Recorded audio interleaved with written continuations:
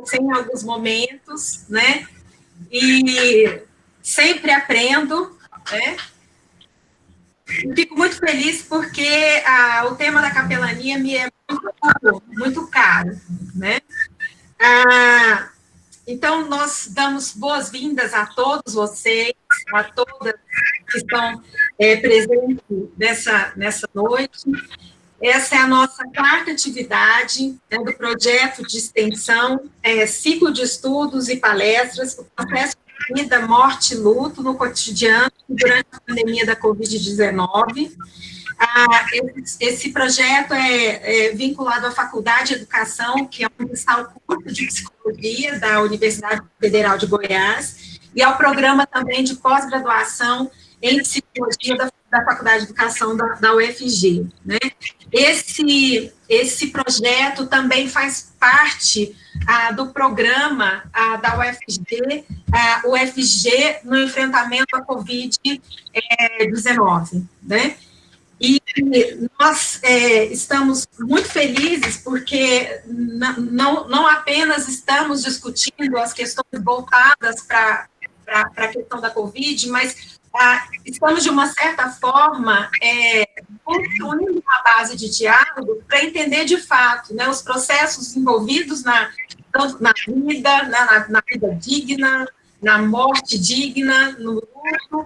E é uma alegria enorme contar com parceiros, né, da altura do professor Benício, né?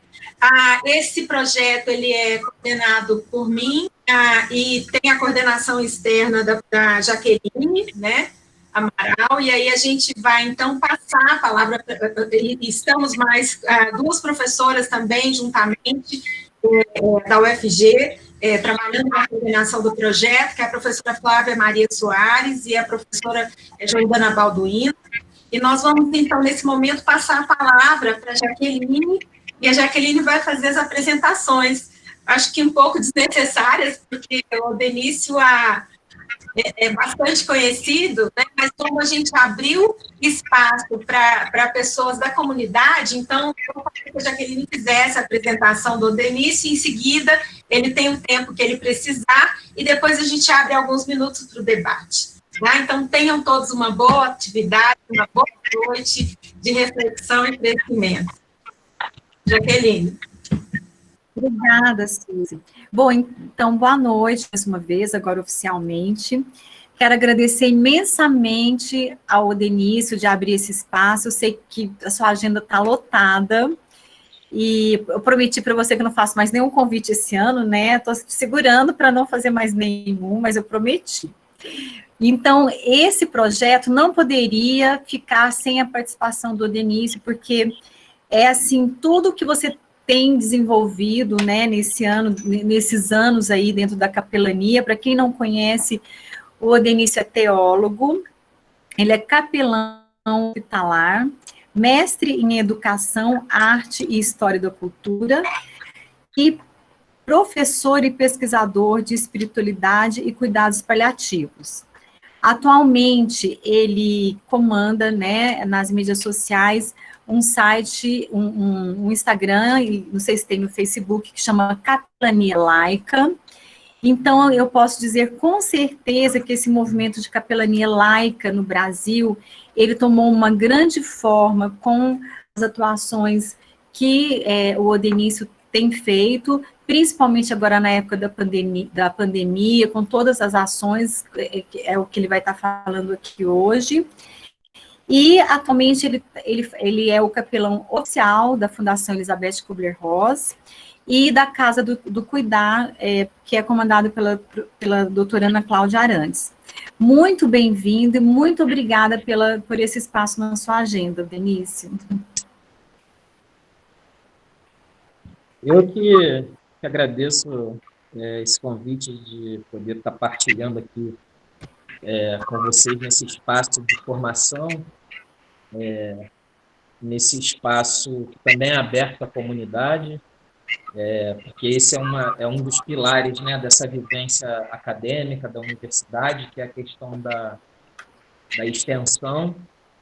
E poder ocupar esse lugar aqui a convite de vocês é um motivo de muita alegria como teólogo, como alguém que tem trabalhado essa questão da espiritualidade, que apesar de parecer um assunto que hoje em dia está em evidência, em moda, ainda é um assunto muito delicado de se fazer parte das equipes de saúde. A capelania no Brasil, infelizmente, ela tem sido ainda tratada dentro de uma dimensão de um serviço religioso, dentro de uma dimensão de um trabalho voluntário. Acho que falta ainda muito avanço, muito reconhecimento da prática profissional do capelão na unidade hospitalar, como parte integrante da equipe de saúde. Acho que a gente ainda tem muito para avançar, e é um motivo assim, de muita alegria estar aqui junto de vocês para partilhar um pouquinho dessa nossa experiência de atuação nesse momento tão difícil que a gente está enfrentando enquanto sociedade. Então, Jaqueline, fica aqui minha gratidão. Jaqueline, esses convites, né, que você me faz, pelo carinho que eu tenho por você, você pode fazer, que para você eu falo assim, eu dou um jeito. O meu último compromisso público esse ano vai ser no dia 7 de novembro. É um curso que eu vou dar com alguns amigos lá de Vitória, no Espírito Santo, online, obviamente. E aí depois eu vou fazer o meu período de silenciamento. Passar aí o mês de novembro, dezembro, introspectivo, para recomeçar em 2021. Mas, Jaqueline, se você tiver um convite junto à Sociedade de Psicologia de Goiânia, você pode fazer, que eu abro um espaço. Você é muito querida, tenho muito respeito pela sua trajetória, por todo o trabalho que você tem feito e muito carinho, tá? Então, conta comigo para as parcerias, para os projetos. Digo isso aqui de forma pública e de forma muito afetuosa, tá bom? Então, gente, eu preparei uma fala aqui para vocês hoje. Eu redigi um texto que vai tomar uma forma de artigo em algum momento desse meu silenciamento. Eu vou silenciar a partir de novembro um pouquinho para poder escrever. Eu vou parar de falar um pouquinho e vou escrever. Essa é uma das coisas que eu vou escrever. A gente atravessou um momento muito intenso. Na verdade, eu penso que a gente não atravessou assim como um verbo no passado completo, mas eu colocaria esse verbo no gerúndio, porque eu acho que, na verdade, nós ainda estamos atravessando esses momentos difíceis, porque as mortes, por decorrência do Covid, estão acontecendo, e às vezes, como já vi também por esses dias aqui, mortes por doenças que surgiram como desdobramento dos efeitos do Covid. Não foi diretamente do Covid, o paciente já estava testando uma sorologia que não estava transmitindo mais o Covid, mas por conta do efeito da ação do coronavírus e do Covid, que é a doença, esses desdobramentos ainda têm feito algumas pessoas atravessarem situações muito difíceis em outras partes. Então, é um vírus, é uma doença que tem desafiado muito a nossa capacidade enquanto sociedade, tem colocado uma questão profundamente humana. Eu já queria começar colocando isso na mesa, assim, para a gente pensar um pouco, diante de tantos avanços em termos de pesquisa, diante de tanto conhecimento que é produzido, nós estamos diante de um ser microscópico, invisível, que desafia, de alguma maneira, todo o nosso arcabouço de pesquisa, de técnica, de análises, de tratamentos e procedimentos, porque, no fundo, a gente ainda está num ambiente de muita insegurança. E esse serzinho chamado coronavírus tem jogado um xadrez muito pesado com as nossas autoridades em pesquisa, em saúde, e de alguma maneira ele tem nos educado para a gente entender um pouquinho as nossas limitações. E o que eu preparei para vocês hoje, diante desse contexto, né, de tantas incertezas e inseguranças colocadas e dadas, por mais que algumas das nossas autoridades tenham tentado normalizar a situação, pensando em minimizar os efeitos e ainda os desdobramentos dessa crise social, nós ainda estamos afetados, precisamos de muitos cuidados. E o que eu separei para a gente pensar hoje é um tema chamado assim, Outros Jeitos de Dizer Adeus, Espiritualidade, Símbolos e Luto. No meu trabalho como capelão, como teólogo, num ambiente normal, eu tenho como instrumento do meu trabalho o amor incondicional e a compaixão pelo próximo, pelo ser humano. Eu acho que os pilares da capelania, para além de uma experiência religiosa, está um profundo compromisso com o ser humano.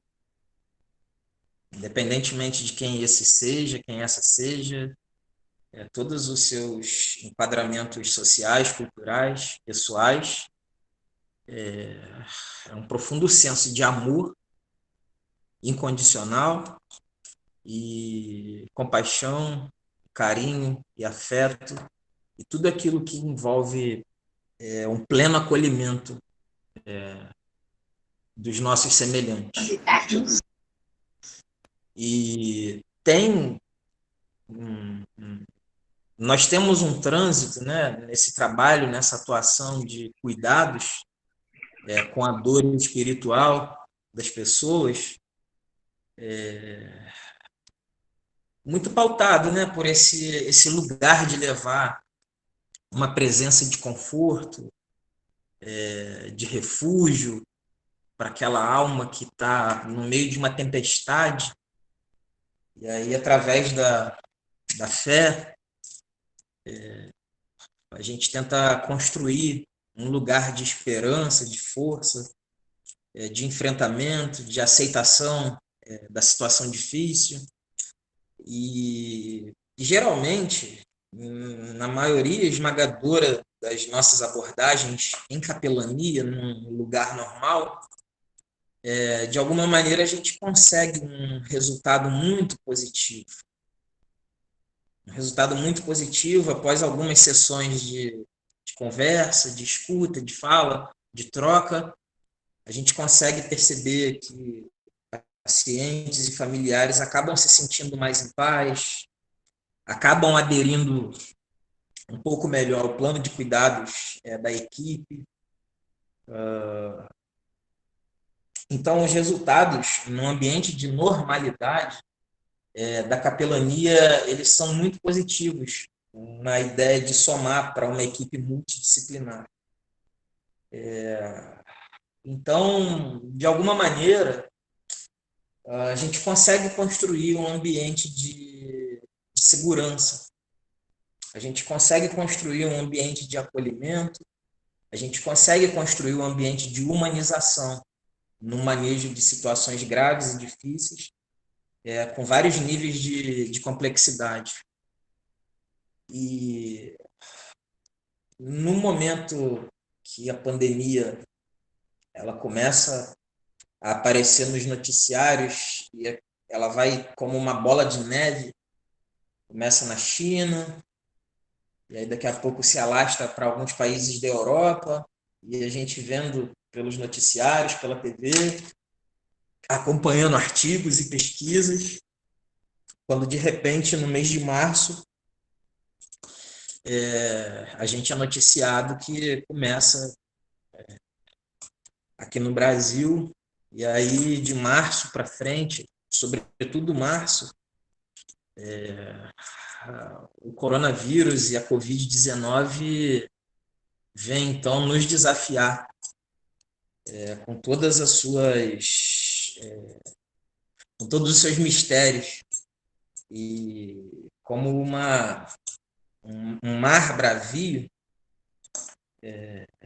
nos chacoalhou de um lado para o outro, nos deixando, principalmente naquele momento do auge, no mês de abril, de maio, de junho, como se todos nós da comunidade humana, especialmente no Brasil, estivéssemos todos no mesmo navio, à deriva, num grande oceano, que é a vida, sem saber para onde íamos, onde estávamos, de onde viemos. O coronavírus, ele acelerou um processo no meu olhar de reconfiguração dos nossos modos de relacionamento, de vivência. E é esse o objetivo do que eu queria compartilhar com vocês hoje nessa temática.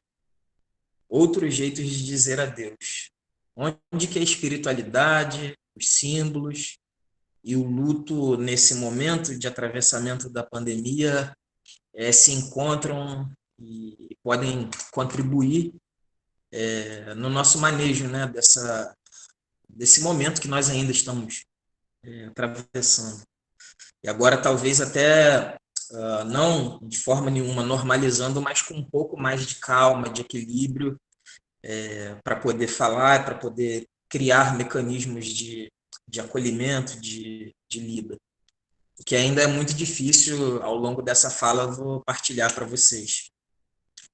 Eu tenho um objetivo aqui que, ao mesmo tempo que ele é um objetivo geral, ele é um objetivo específico. É uma junção de objetivos, que é sinalizar o quanto a espiritualidade e o universo simbólico podem contribuir nesse processo de reconfiguração dos modos de se despedir. Porque, de alguma maneira, por mais que o processo, né, do enfrentamento do luto, da perda, às vezes por um acidente, por questões traumáticas,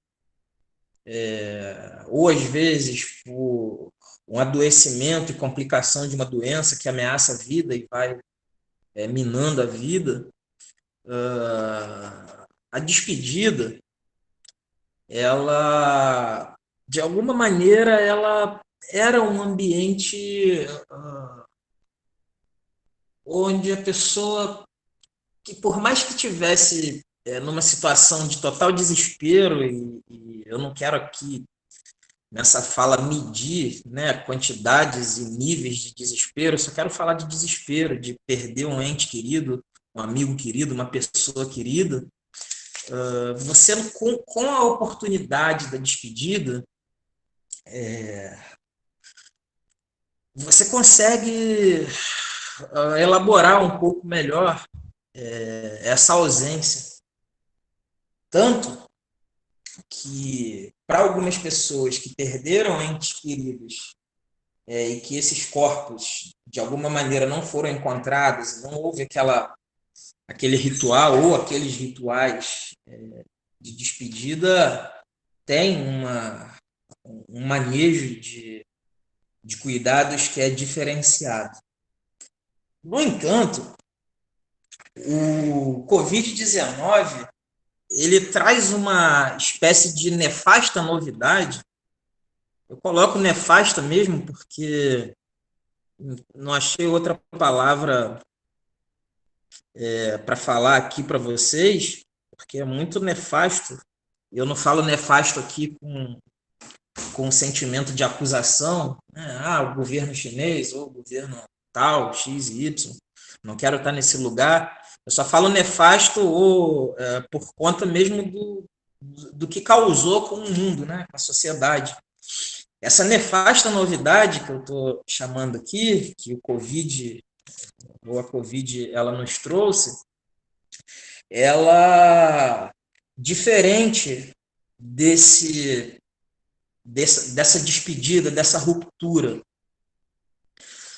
quando você não consegue fazer o ritual de despedida porque o corpo desapareceu, ou porque você não pode abrir o caixão, né, porque o corpo não está em condições de ser visto, pela gravidade da situação que aconteceu, ou num evento traumático, quando você vê o corpo e você consegue fazer o seu ritual de despedida dentro daquilo que você crê, daquilo que traz paz. No entanto, essa nefasta novidade que o Covid trouxe, desse olhar teológico, que eu quero partilhar aqui com vocês, tem uma performance social muito grande, porque são muitas pessoas no mesmo momento atravessando uma situação dessa. Então, se uma dor de uma perda já é algo extremamente grave, crônico, um luto crônico, quando você não consegue ver o corpo do seu ente querido, porque foi uma coisa muito trágica e aniquilou aquele corpo, ou a pessoa foi dada como desaparecida e aí simplesmente encerraram-se as buscas, ou foi um trauma, um acidente, uma bala perdida, um acidente de carro, e aí você consegue despedir, mas ainda assim é uma situação traumática, ou uma situação de uma doença que vai evoluindo até chegar ao óbito.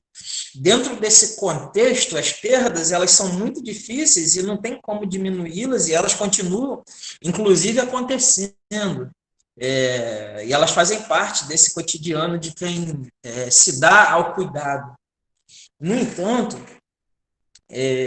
o que essa nefasta novidade ela nos traz é que essa dor, que já é uma dor difícil, de você perder o ente querido, ela ganha mais peso por conta de você ir de repente com 2 ou 3 familiares ao cemitério, com um caixão fechado, e você olha para o lado e você vê milhares de pessoas também naquela situação ali com o seu ente querido, sem poder abrir o caixão. Então, no meu olhar, como capelão, como teólogo, eu lançaria esse primeiro sintoma, se eu posso colocar como sintoma, essa convulsão de sociabilidade que essa experiência do Covid trouxe, de muitas dores, muita energia que transitam no mesmo momento, num país grande como o nosso, mas para além do país, a gente está falando de uma dimensão global, que experimenta a perda no mesmo momento. Então, essa nefasta novidade que o Covid trouxe, ela quebra a nossa ilusão de que temos o controle da vida e da situação de uma forma global, de uma forma mais ampla. E isso é muito difícil você entender de uma maneira global. Por quê?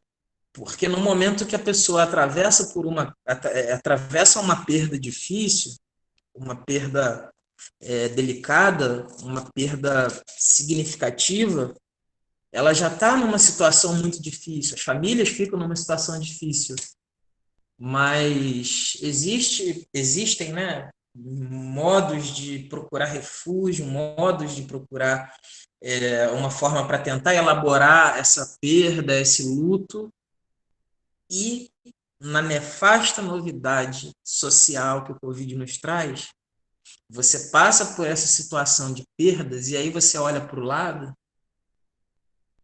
o sofrimento ele está ali. Você olha para o outro lado, o sofrimento ele está ali também. Você olha para todos os lados. Então se cria o que vocês psicólogos sabem muito melhor do que eu, uma espécie de um outro mal-estar da cultura ou da civilização. Eu prefiro cultura. E aí eu convido vocês a pensarem comigo um pouquinho sobre o que essa nefasta novidade social que o Covid traz nos sinaliza como um grande sintoma cultural, social, nesse mal-estar?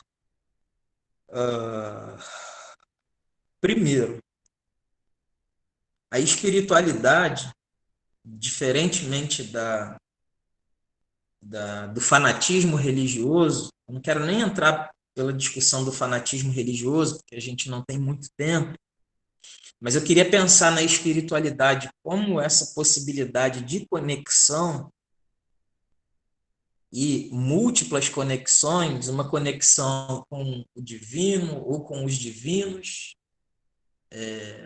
uma conexão com a família, com os amigos, uma conexão consigo, uma conexão com o mundo, com a natureza.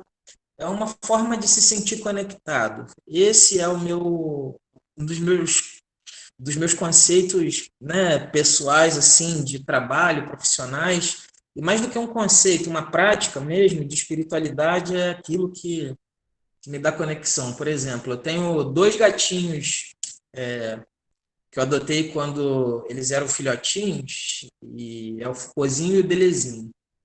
E agora eu tenho umas 2 gatinhas, que é a Valentina e a Maria Bonita, que foi morar lá na minha varanda. A Maria Bonita estava grávida, ela pariu, e a gente acabou, eu e minha companheira, a gente acabou adotando a Maria Bonita, que é uma das filhotinhas, e a Valentina.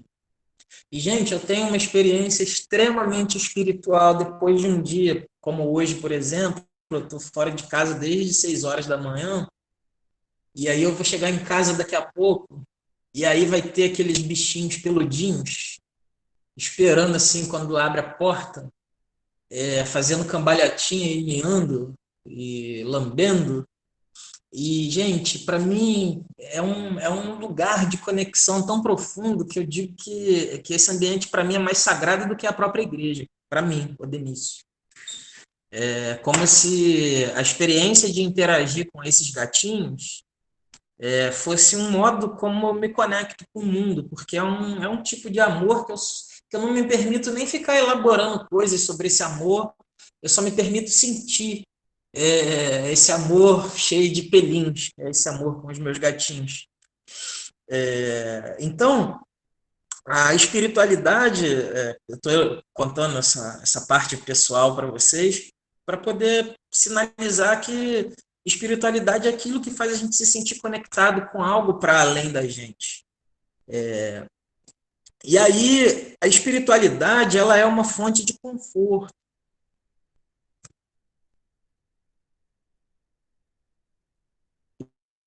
Por que a espiritualidade ela é urgente numa situação como essa que nós atravessamos do Covid?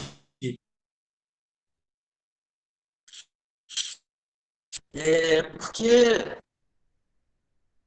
no meio dessa convulsão social, no meio dessa dor que vai sendo partilhada por muitas pessoas no mesmo momento, naquele auge, né, dos números, eu não sei quantos de vocês se lembram daquelas imagens da TV, daquelas várias covas construídas e aqueles sepultamentos feitos com máquinas que iam pegando e colocando os corpos assim, e o empilhamento de caixões. Isso, no mesmo momento, é algo profundamente traumático, e numa experiência traumática como essa, de espiritualidade, como esse lugar de conexão, pode ser uma fonte de conforto para as pessoas, porque quando você se sente conectado, mesmo numa experiência traumática, mesmo numa experiência muito dolorosa, não é que aquela dor lá de dentro ela vai passar de uma hora para outra, porque isso não é possível. Mas ela vai ser bastante aliviada, porque às vezes no meio dessa correria toda, nessas dificuldades todas que, por exemplo, permeiam um dia de um capelão, quando um dos gatinhos faz uma cambalhotinha e ele pisca, gente, não é que eu deixo meus problemas, eu esqueço meus problemas, mas aquele instante ali é como se minha energia ela se renovasse. Então, a espiritualidade ela nos ajuda a buscar um ponto de conforto para aquilo que está dentro de nós. para aquele mal-estar que causa agonia, que causa angústia, que causa preocupações, e é um exercício contínuo. Acho que a gente vai buscando modos e meios para a gente se conectar.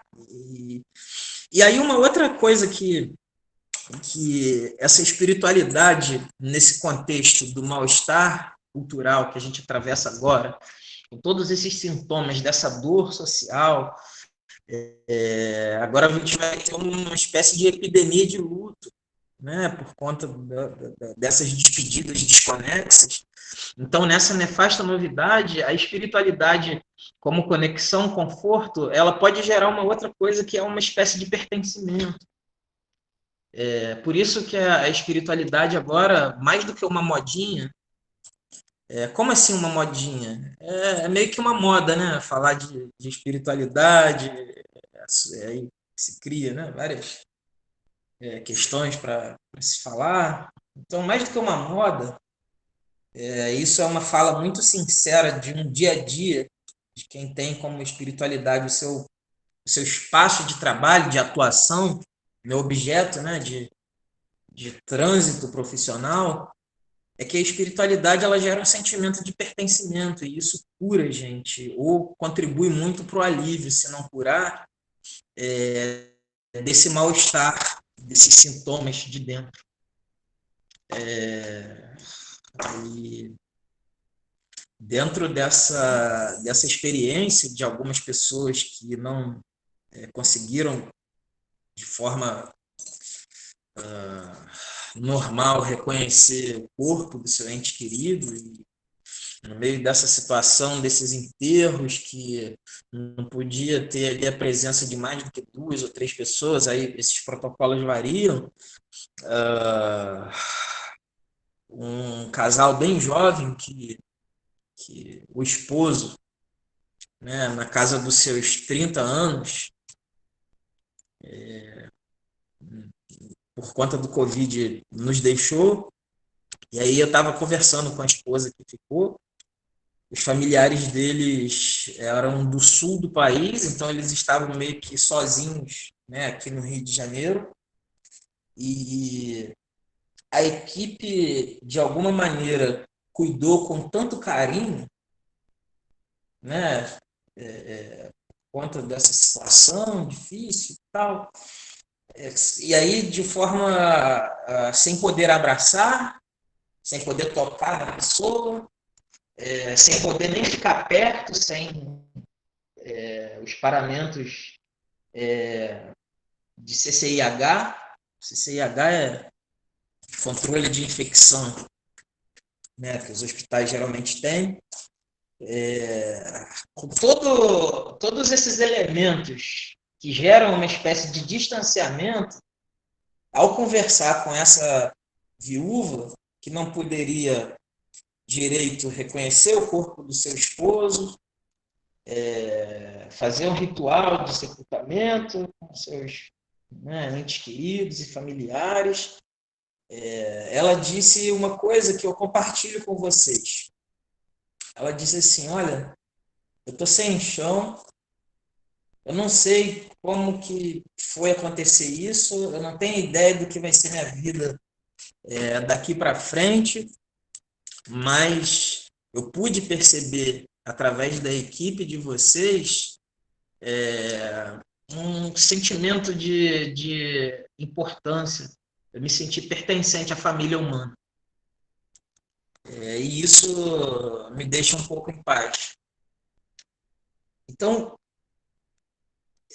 uma das características que a espiritualidade traz como esse ponto de conexão é saber, meus amigos, minhas amigas, vocês que nos ouvem, que nessa dimensão do cuidar, nessa dimensão do acolhimento, o nosso coração, por mais que existam os protocolos de distanciamento e eles precisam ser respeitados, mas essa noção de pertencimento à família humana é o nosso ponto de encontro, é o nosso ponto de apoio. Então, se existe algo que vai contribuir ou para a cura ou para o alívio desse mal-estar, é nós abrirmos o nosso coração para ser morada daqueles que sofrem e fazer também com que nós possamos habitar em outros corações.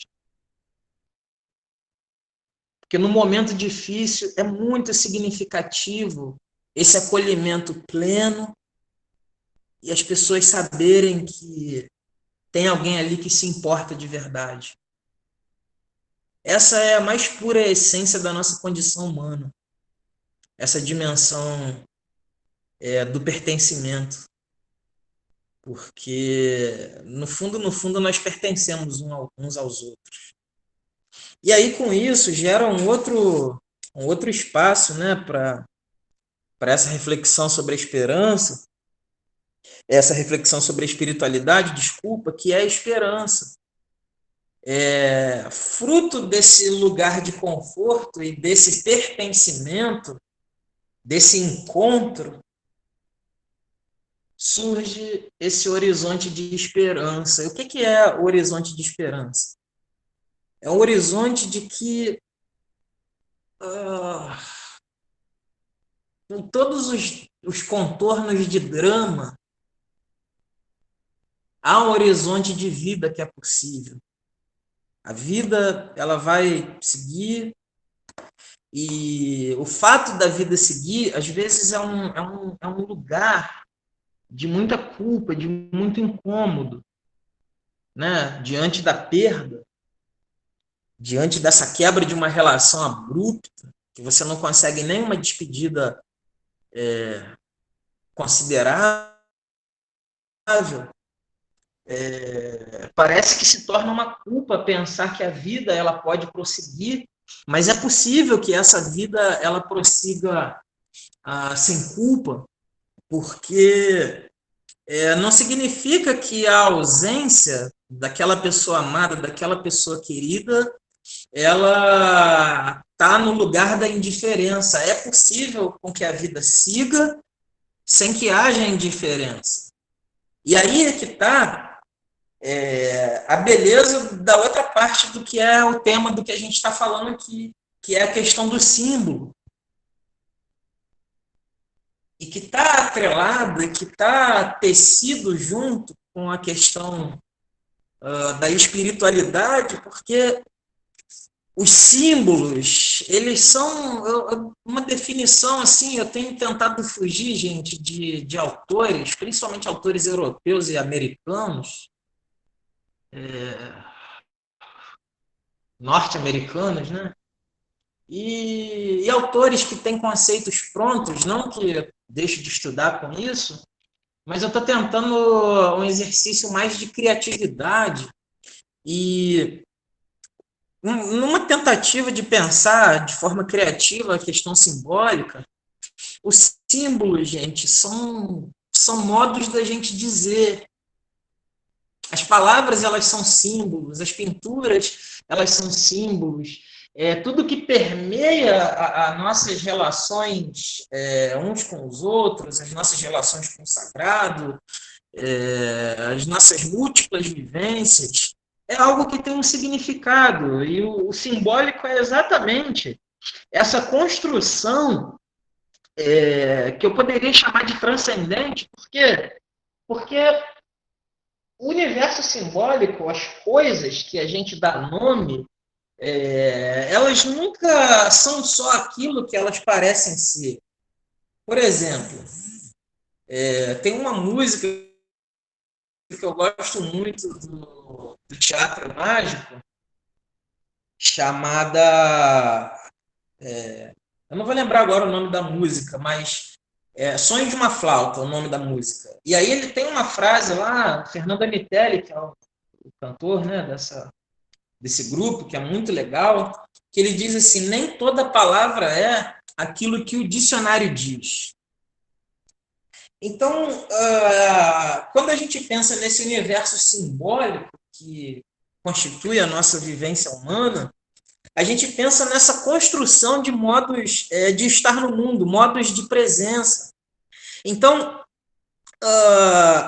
quando a gente coloca esse lugar do universo simbólico como parte integrante do conceito de espiritualidade, que gera conexão, conforto, pertencimento, esperança, a gente chega nesse universo simbólico e a gente pode ter ou construir uma habilidade de outros modos de presença. Por quê? Porque o ente querido da pessoa que se foi, ele não é aquela imagem lá que é até proibida de se ter e que está lá naquele caixão lacrado. E aí esse universo simbólico nos ajuda a exercitar a memória. E a memória se torna esse lugar da presença, da permanência, as lembranças. E isso ajuda a amenizar a dor. Porque se tem uma coisa que esse ambiente de morte ele pode gerar como um efeito na gente, é ajudar a gente a repensar na vida. E as memórias, elas fazem parte da vida. Então, esse mecanismo do universo simbólico e as memórias que a gente constrói, dos dias legais que a gente teve, dos dias difíceis que a gente atravessou, até aquele momento da morte, da despedida que acontece nesse momento de Covid de forma abrupta, as memórias, elas são um lugar de trazer para uma espécie de presença aquele que não está mais presente. A memória é um protesto do ser humano dizendo que ele não aceita a sua finitude. Então, quando a gente tenta elaborar algumas memórias, e existem alguns mecanismos para isso, a gente, de alguma maneira, traz aquela vivência, aquele partilhar, que ajuda a aliviar essa dor. Por quê? Porque através das memórias, a gente vai pensar em imagens e objetos, em modos de presença daquela pessoa ali, né, que a gente não vai ter mais ela presente, e isso foi tirado de uma forma abrupta. Então, essas imagens, esses objetos, esses modos de presença que estão presentes na memória, que constituem esse nosso universo simbólico, elas ajudam a gente, de alguma maneira, a prosseguir, uma vez que aqui nós estamos, que nós ficamos. E aí, já caminhando para o final da nossa conversa, esse universo poético, ele me lembra de que o nosso modo de cuidado agora, com esses distanciamentos sociais, ele vai ser quase que um cuidado poético. Como assim um cuidado poético? É um cuidado que nos desafia a escolher as melhores palavras para a gente utilizar como instrumentos de cuidado, de analgésicos. É uma analgesia poética. É como se o exercício do poeta em combinar, em criar uma espécie de performatividade discursiva, onde ele expressa aquilo que ele está sentindo nessa combinação dessas palavras que se encontram, se desencontram, que entram pelos nossos olhos, passam pelo intelecto e caem no coração, pervertendo, às vezes, a lógica, subvertendo a lógica que está ali dada. Todo esse exercício e esse alvoroço existencial que essa realidade poética ela nos traz, é o grande desafio que a gente tem na construção dos outros modos de dizer adeus. Nesse universo da espiritualidade, dos símbolos e nessa forma de lidar com esse luto. Porque tem uma questão muito significativa, eu fiz nesse período alguns acolhimentos pela internet. Assim como a gente está se encontrando aqui agora, eu escolhi, eu pensei, sabe, gente, desde que a Jaqueline, né, me trouxe o convite, eu fiquei pensando, né, nesse compartilhar, no que eu ia falar, o que eu ia trazer aqui para vocês, e separei alguns momentos para escolher essas palavras e sabendo que algumas outras viriam. E aqui a gente está agora nesse momento. E aí, alguns episódios, eu fiquei assim como a gente está agora, tentando levar algumas palavras para as pessoas que estavam se despedindo dos seus entes queridos no meio dessa catástrofe, dessa nefasta novidade, desse mal-estar. E eu sempre tentei, de alguma maneira, pedir para as pessoas que me acionavam como capelão, para de alguma maneira estar nesse momento com eles virtualmente, um pouco da história, um pouco das memórias, um pouco do que era importante e do olhar que os familiares e que as pessoas tinham ali para aquele ente querido que estava indo, inclusive às vezes questões inacabadas e problemáticas, e criava uma roda de construção de uma narrativa em conjunto para que as pessoas pudessem falar e ser ouvidas, e é o que o bom e velho Freud diz, gente, essa cura através da escuta e da palavra. Se tem uma coisa que esse novo momento, né, ele vem trazendo para a gente, nos ajudando a reconfigurar o nosso lugar de seres humanos e humanos que nós somos. Uma reconfiguração em múltiplos níveis de relações. Primeiro, sabendo das nossas limitações. Segundo, sabendo que dentro de nós mesmos, nesse lugar da espiritualidade, está a possibilidade de cura, se não cura, de alívio para as nossas dores espirituais. E com isso a gente vai conseguindo se reconfigurar. Então, quando eu digo para vocês, e agora encerrando, sobre esses outros jeitos de dizer adeus, é como se cada pessoa, se cada um de nós aqui, fôssemos um dicionário muito singular. É como se cada um de nós fôssemos uma pintura, é como se cada um de nós fôssemos uma música, um livro, uma obra de arte, é como se cada um de nós fosse um modo de dizer e uma grande construção narrativa. Tem um teórico da linguística chamado Mikhail Bakhtin, que ele diz que há uma presença, há uma substância no nosso discurso. Então, eu penso e encerro assim, dizendo que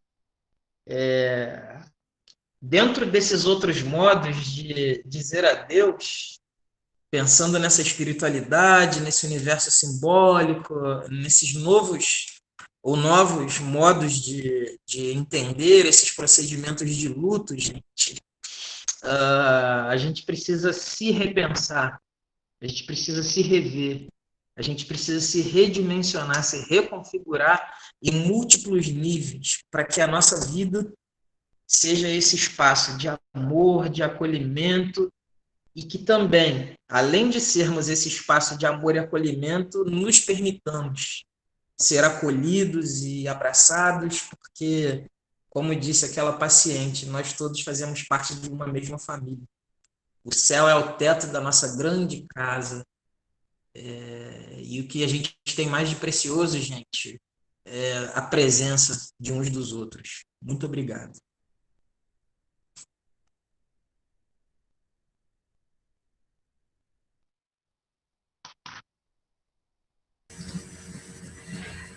Ok, nós agradecemos demais ao Denício.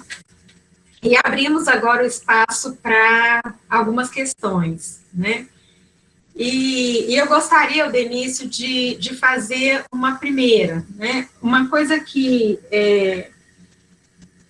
eu tenho já há alguns anos, nós temos estudado sobre a morte, em especial, atentando para a saúde mental do estudante na universidade, diante de um alto índice de ideação suicida, de processos de adoecimento psíquico mesmo mais graves, né? E esse projeto de extensão, inclusive, deriva dessa experiência passada dentro dessa temática. E por muito tempo nós temos discutido duas questões que você fala e que eu entendo que são da maior importância, que é a questão do pertencimento e da esperança. Uma das maiores dificuldades que a gente tem enfrentado, por exemplo, com os alunos, né, em estados mesmo de adoecimento psíquico, a gente observa isso, né, uma sensação de não pertencer, de não se encontrar, né, de não ter lugar no mundo, ou de não achar o seu lugar no mundo, e, em decorrência disso, até uma falta de esperança, né.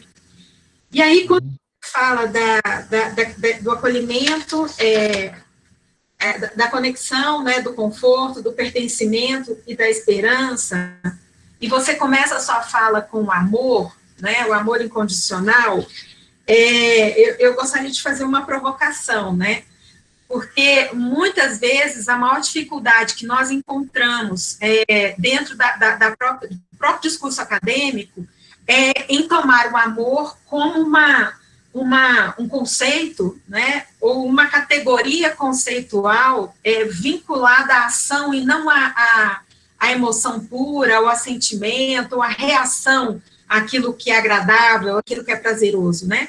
A maioria das pessoas acha que o amor deve ser uma resposta a algo que agrada, a algo que é bom. E nós temos, do ponto de vista mesmo de experiências espirituais, né, e da história, né, da nossa história né, judaico-cristã, nós temos outras definições de amor. Então, eu gostaria um pouco de te provocar nesse sentido, né, do ponto de vista mesmo, né, de olhar para o amor como não como uma ação de sentimento, ou uma ação né, que é evocada pelo prazer, ou pelo bem. O que seria, né, isso que você fala de um amor incondicional, né? Porque, de uma certa forma, desenvolver isso numa atitude de cuidado, né, isso desenvolve algumas bases também teóricas e também epistemológicas de entender a ação humana nesse sentido, né? Então, o que você está chamando de amor, e o que você chama de amor incondicional? Um pouco isso, mas tem alguns atravessamentos, né? Foi a Suzy que trouxe essa questão, né? Eu estava vendo aqui. Isso. Muito obrigado pela provocação. Tem algumas camadas, né? Eu tenho gostado de pensar nessa realidade do amor através de camadas, que tem muitas definições. Por exemplo, no dicionário de filosofia, você vai ver o amor como uma coisa. No dicionário de psicanálise, você vai entender o amor de outra forma. No dicionário de teologia, no dicionário só de língua portuguesa, no dicionário de filologia e etimologia da palavra amor, do grego, do latim, etc. No campo da definição, né? Mas eu tenho pensado nessa dimensão do cuidado que só quando a gente tem uma experiência profunda de se amar, de se acolher, de se entender, não sem os conflitos e sem as dificuldades, mas que a gente, de alguma maneira, sente um propósito, um motivo maior do que a gente, pelo qual a gente está no mundo, só assim a gente vai conseguir criar um ambiente de cuidados plenos quando a gente está interagindo com outra pessoa. E como construir esse amor pessoal? É o autoconhecimento. São as grandes perguntas, né, que elas nos surgem, e a gente está diante de um momento. Eu deixo aqui para vocês uma sugestão de um autor incrível, que vem um pouco da psicanálise, da ciência social, faz esses atravessamentos, que é o Erich Fromm, que ele vai mostrar que no nosso contexto cultural, a gente está vivendo uma quebra de autenticidade, onde as exigências, por exemplo, você está falando aí do contexto acadêmico dos alunos, a competitividade para ver quem vai ser o melhor da turma, a competitividade do concurso, você começa a mergulhar nessa construção social e cultural que a gente experimenta, e são muito, é quase que uma pressão assim que a gente não dá conta de suportar, e devolver essas exigências que são feitas a respeito de nós quando a gente nem se conhece direito, a gente leva tempo para se experimentar.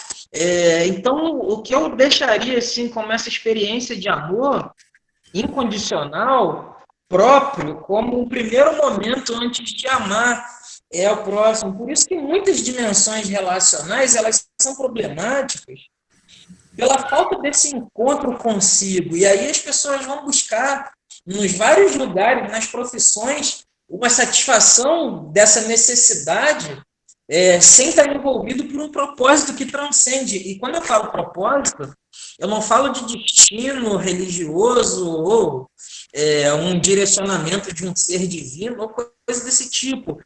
Mas eu falo assim, daquilo que me motiva a acordar de manhã e estar em busca. Se eu não encontrei, pelo menos estar em busca, saber que existe esse algo que nos projeta para a vida. E esse amor incondicional, ele não está pronto, ele é uma construção, ele é fruto de uma jornada, de uma caminhada. A gente precisa olhar mais para dentro, a gente olha muito para fora, a gente precisa se escutar mais a partir de dentro, a gente escuta muita coisa de fora, e aí a gente acaba não dando conta. Então, é preciso se amar, gente, é preciso se aceitar com seus defeitos, e aí tentar melhorar aquilo que você identifica como defeito. Sabe, de ficar ouvindo aquilo que os outros querem que você seja, não se perde nos eus alheios. E o fundamental nesse processo, busca ajuda, porque sozinho a gente não consegue isso. Esse pertencimento que eu falei aí da conexão e da espiritualidade é porque vai existir alguém em algum lugar que vai falar de forma que te toca, que vai trocar com você de uma maneira que vai fazer você se sentir vivo, feliz. Busque vínculos de confiança, de segurança, de respeito, porque a gente não é uma ilha também para viver sozinho, porque a partir desse momento em que a gente detecta as nossas questões, os nossos problemas, e a gente vai buscar esse vínculo, essa relação que ajuda na segurança, aí a gente só vai conseguir amar. Gente, eu falo de um lugar muito pessoal, eu encontrei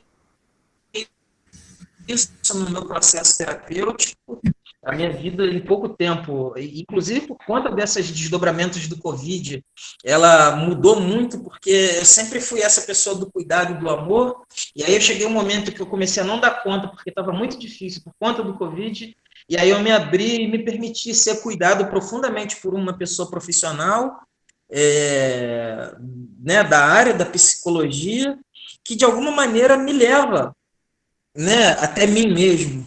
Então, gente, se busquem, se procurem, se experimentem, se amem, antes de levar isso para frente. Porque quando a gente faz isso, sem esse encontro nosso, é uma espécie de fuga, é um sintoma de alguma coisa. Se procurem, se ouçam, se amem. Desculpa até se é um pouco redundante, mas eu estou muito nesse momento. A gente precisa se apropriar da gente, sabe? É um pouco disso. Não sei se respondeu. Eu recebi a provocação e estou tentando provocar mais. Bem. Aqui o dispositivo está no nome do Instituto, eu me importo. A questão é a seguinte: a dificuldade de estabelecer relação de pertença não estaria ligada à rara humanização e quase nunca pregonizada no meio acadêmico da saúde? Acho que aqui aponta para um processo de desumanização mesmo da formação dentro das ciências da saúde, né? Seria isso. No meu olhar modesto, eu penso que todo curso voltado para a área de saúde, das múltiplas áreas, deveria ter uma disciplina de educação emocional.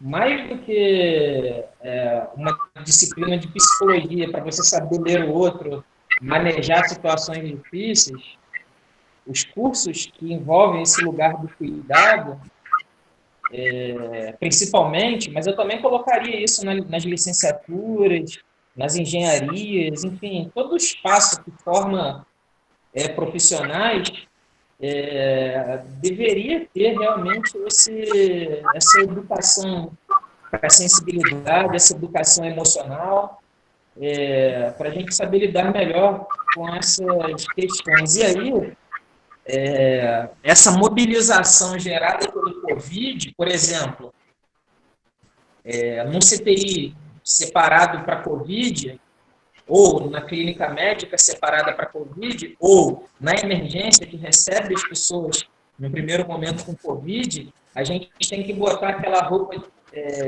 de astronauta, né? O face shield, o capote, a luva, o óculos, a máscara.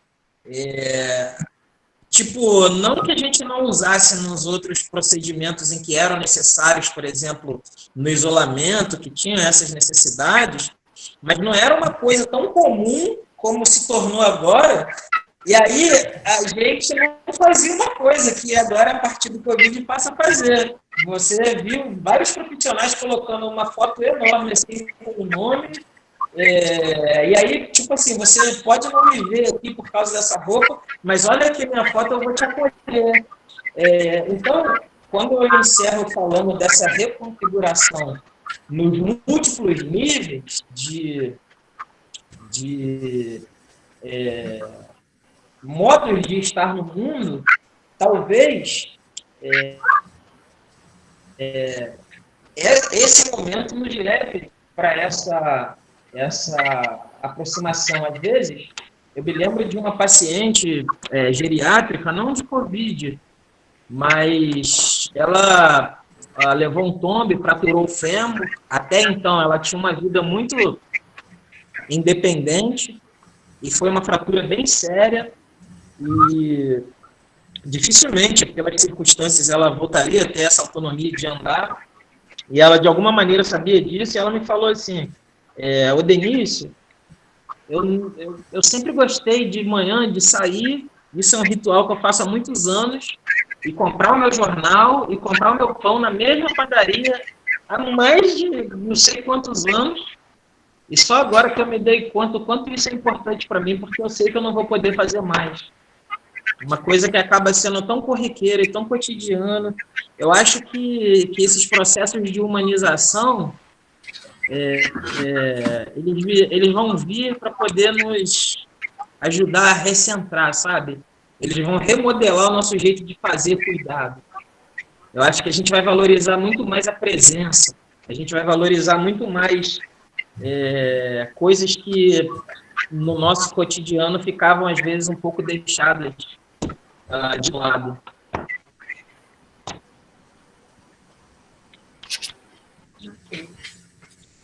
Mais alguma questão? Alguma observação que alguém queira fazer? Contribuição? Assim, várias pessoas...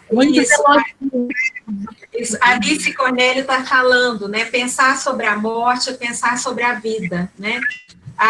Nós só conseguimos conceber uma reflexão, né, sobre a dignidade, a sacralidade do morrer, na medida em que nós entendemos a dignidade do viver, né? Então, são coisas, são constitutivas, né?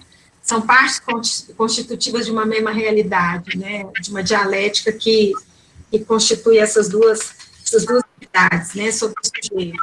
E, assim, o que a gente tem muito é agradecimento, né? Pessoas pontuando a contribuição da discussão, o que eles conseguiram, de uma certa forma, apreender com a reflexão do Odenício, e a gente agradece muito, né? Não sei se Jaqueline quer dar uma palavra de encerramento. Jaqueline? Só agradecer, é um assunto que a gente ficaria horas conversando, porque vai abrindo janelas dentro da gente, né? E, assim, eu queria só deixar uma coisa que eu aprendi com o Odenício, que para mim foi muito importante na primeira vez que eu ouvi falar. Ele falou que nos hospitais, os profissionais de saúde usam os equipamentos de proteção individual. E no início da pandemia, ele veio falando uma coisa que eu falo muito dos meus colegas de trabalho, que é o equipamento de proteção espiritual. Não adianta a gente se encher de máscaras, luvas, álcool gel, se a gente não está com essa conexão que a gente está falando, se a gente não está se cuidando, porque não se cuidar também mata, né? De alguma forma, isso vai trazer sérios danos para a nossa saúde espiritual. E a gente só vai conectar com aquilo que é importante na vida da gente, dentro da sua fala, que eu concordo plenamente, a partir do espelho, né? Eu me olhando e sabendo que o meu gatinho, que um monte de pessoas aqui que tem os peludinhos, concordaram com você, que realmente isso faz conexão, a gente não precisa de um tempo em nenhum lugar para fazer essa conexão. Eu quero agradecer muito, a gente está no avançado da hora, eu sei que você não tem casa, né? Rio de Janeiro não é brincadeira, né? O Odenício também está voltando aí para casa agora. Muito grata mesmo pela oportunidade de poder ouvir e você trazer tantas reflexões para o nosso crescimento pessoal, com certeza. Ok. Nós agradecemos muito ao Odenício e, de fato, foi uma reflexão muito, muito rica, né? E convidamos todos e todas para estarem conosco daqui a 15 dias, novamente, em mais um encontro, né? E o nosso próximo palestrante, agora eu me perdi. A Nazaré Jacobucci. Isso. A Nazaré Jacobucci, ela é psicóloga, mora na Inglaterra, ela está terminando um mestrado de cuidados paliativos em Lisboa, e ela escreve sobre perdas e luto, e atualmente, pelo que a gente saiba, ela é a única pessoa no mundo que está pesquisando sobre o luto nas mídias sociais. Então, ela vai trazer para a gente como que está sendo essas vivências nas mídias sociais do luto. Muito interessante o trabalho dela. Então, ela já confirmou, é dia 19 de outubro. Agendem aí que em breve a gente vai mandar o link, tá? Ok. Gente, todos obrigada. Né? Tchau, boa noite. Tchau, boa noite. Obrigada. Obrigada, até mais. Um beijo.